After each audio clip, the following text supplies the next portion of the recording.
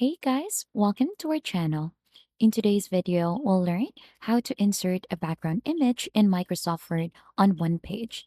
So if you want to go ahead and add in a background image for this, then you're onto the right guide. So for us to be able to proceed, we'll just need to double click first onto the upper part corner of the screen to open the header for this.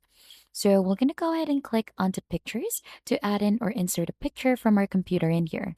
So this will open up the files onto our device. We'll just have to choose the photo that we want to use. So if you have chosen already, just click onto insert for that. And as you can see, it should look like this. So the next step that you need to do for that one is right click onto that photo and head onto the wrap text. So you'll just need to simply click behind text for that. And then we could go ahead and resize this one out as per our liking. So if you want to go ahead and make this as a background image, then we're going to go ahead and cover all of the things in here just like that.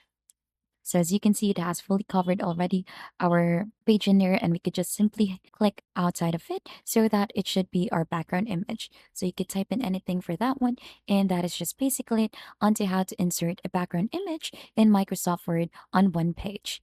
And if you think this tutorial has been helpful, don't forget to hit the like, subscribe, and we'll see you on to our next video.